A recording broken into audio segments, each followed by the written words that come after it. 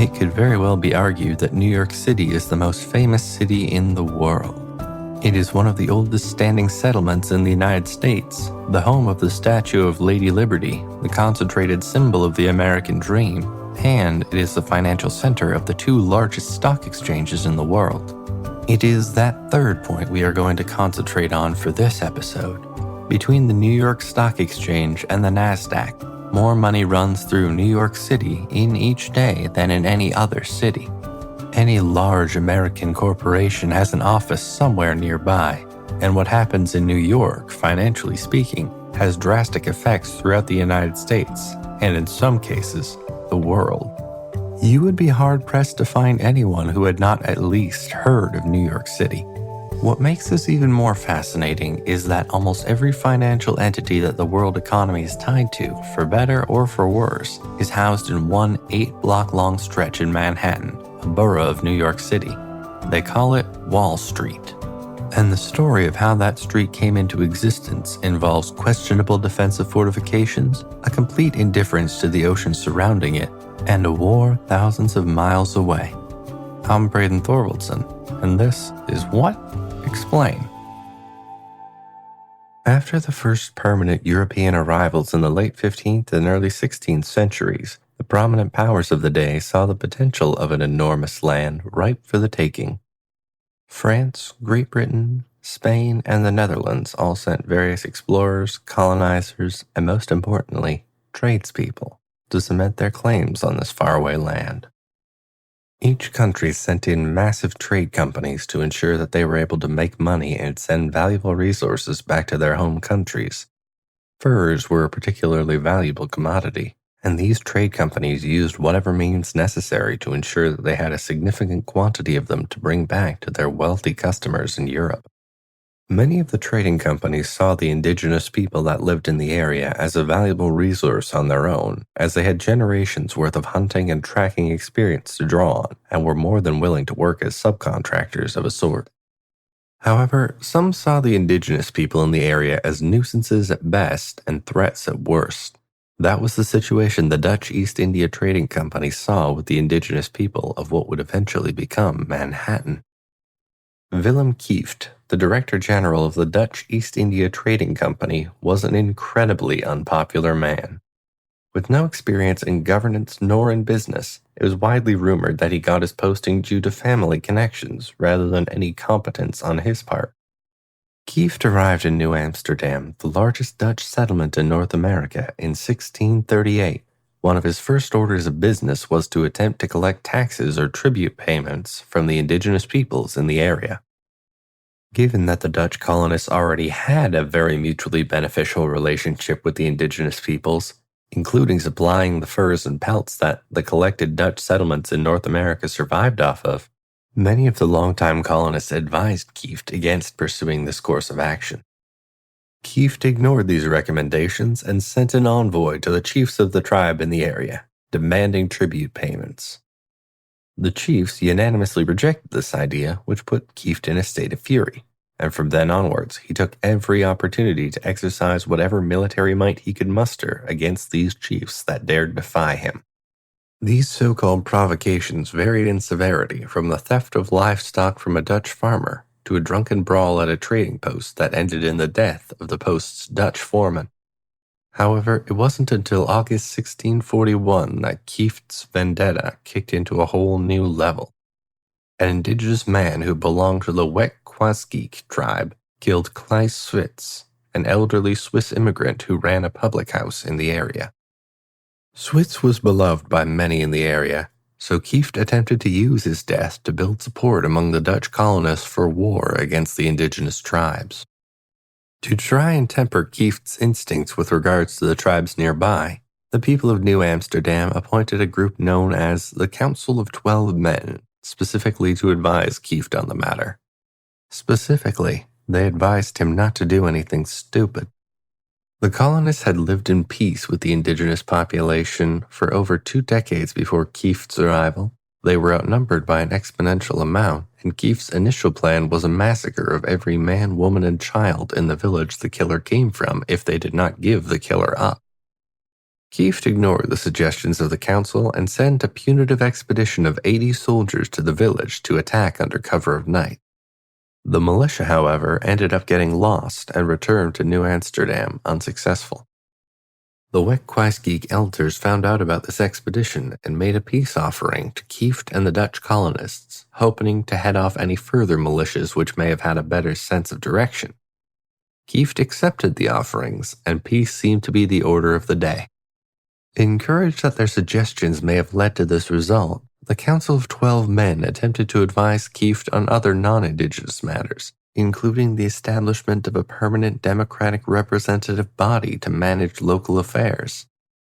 Kieft responded in the tried and true way that many autocrats do when a representative government is suggested, by forcing the council to dissolve and issuing a decree forbidding the members to meet or assemble ever again. Thus, without any checks or balances to his power, and with a burning hatred in his heart, Kieft ordered a militia to attack the Wetquaesgeek camps nearby in an event known as the Pavonia Massacre. Men, women, and children were slaughtered by the Dutch militia, with over 160 people dying by blade, fire, or drowning in an attempt to rescue the infants the Dutch threw into the river nearby. This unspeakable act had an effect that Kieft probably didn't foresee. It gave the Algonquian tribes in the area a common enemy, the people of New Amsterdam. The next 2 years were marked by bloody attacks on both sides as the indigenous people sought revenge for the attack at Pavonia, and the Dutch forces retaliated in turn. The farmland outside of New Amsterdam became dangerous to live on, and many of the Dutch colonists fled to New Amsterdam itself, significantly filling the city beyond what it was designed to house. The colonists themselves began to resist Kieft's rule as he kept pounding the drums of war and demanding they pay more taxes to fund the fight. Some colonists returned to Europe, while others pled with the Dutch Republic to remove Kieft from power. In terms of the fighting, the colonial forces were far too few to mount any significant attack, but the tribal forces were far too spread out to strike any finishing blow. The two sides finally agreed to a truce 2 years after initial hostilities in August of 1645. Both sides suffered heavy casualties in the fight, and Kieft was recalled back to the Netherlands in 1647 to answer for his conduct in his time in New Amsterdam. Unfortunately, he was never officially held to account for what he had done, as the ship returning him to the Netherlands sank off the coast of Swansea, with Kieft dying in the wreck. Kieft's successor, Governor Peter Stuyvesant, fearing attack from both the British as a proxy war to the Anglo-Dutch conflict raging across the sea and the indigenous people of the area, because the Dutch were still widely considered monsters, decided to have a massive wooden wall built along the northern borders of the settlement of New Amsterdam. The construction started in 1652, spanned 2,340 feet across, was 9 feet tall, and cost the settlement 5,000 Dutch guilders, or about $136,000 today. Cannons were placed along the top of the walls in strategic areas, and a gate on either side was built as the sole land entrances to the settlement. Now, an 8-block-long wall intended for defensive purposes that cost this little money raised my eyebrows a little bit until I looked deeper. Slaves brought in from the Dutch colonies in Africa were almost the entirety of the labor used to build the wall. You tend to be able to cut down on expenses significantly if you don't pay the people building it.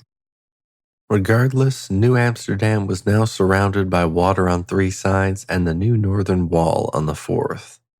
With the newfound security and with all the traffic into and out of the city in the north now being funneled through 2 gates, the merchants of New Amsterdam saw an opportunity. Stalls started to be set up along the inner parts of the wall as merchants and traders started hawking their wares. De Valstraat, as the area by the wall began to be called, became a highly populated marketplace, as goods of all kinds began to be sold under the shadow of the newly built defensive installation. Because, as all the merchants imagined, where else would you be safest in the city than right by the wall keeping everyone out? Well, kind of. The wall worked wonders in deterring land-based attacks from the indigenous people still hell-bent on revenge, but with regards to the British, it wasn't quite as effective. Because the creators of the wall were so focused on the one front connected via land that they entirely didn't think about any attacks by sea.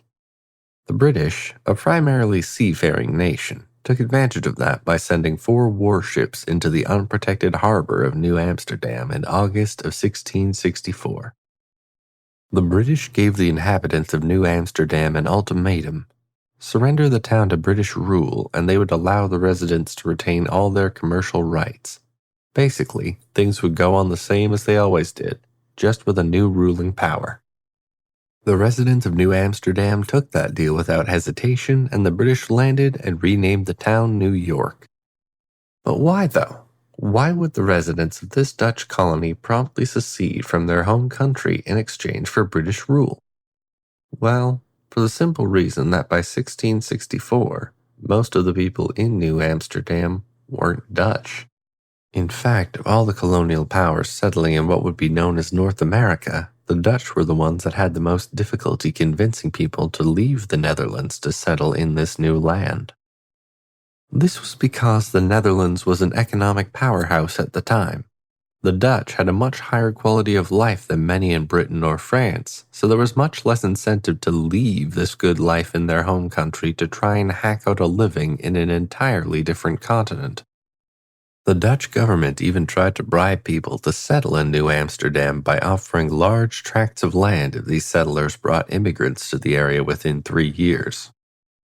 Not many Dutch people took the government up on their offer, but their pro-settlement stance did attract members of displaced groups such as French Protestants, Jews, and Germans to their settlement. This, combined with 20% of the people in New Amsterdam being of African descent from the slaves brought to New Amsterdam, left most of the residents entirely unwilling to die for the Dutch government and more than happy to accept new rule if it meant business as usual. The Wall of Wall Street ended up falling into disrepair over time, and in 1699, the British finally demolished the Dutch fortification, leaving only the street behind.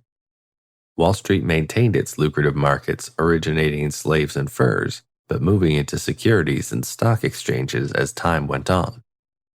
What started as an 8-block-long wall became the site of the inauguration of George Washington as the first president of the United States, the creation of the New York Stock Exchange, the first demonstration of the telegraph, the first place where electric lights were powered by an electricity plant, and many other historically and financially significant events.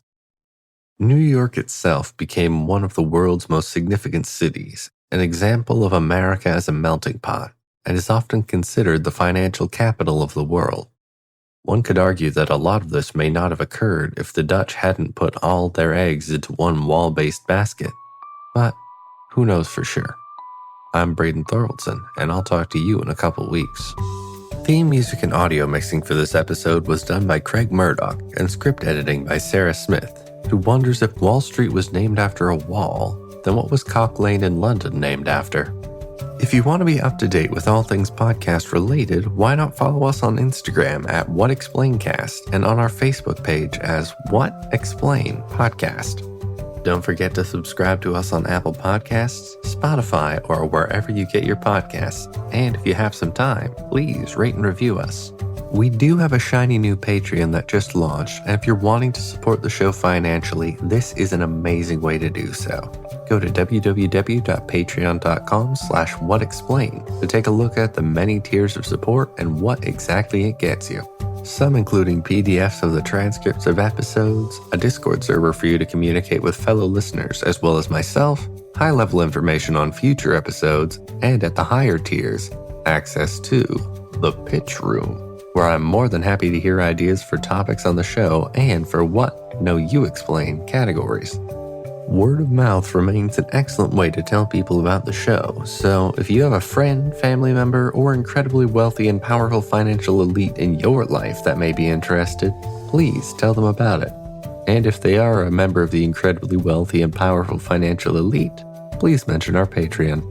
Thanks very much, and I'll talk to you all later.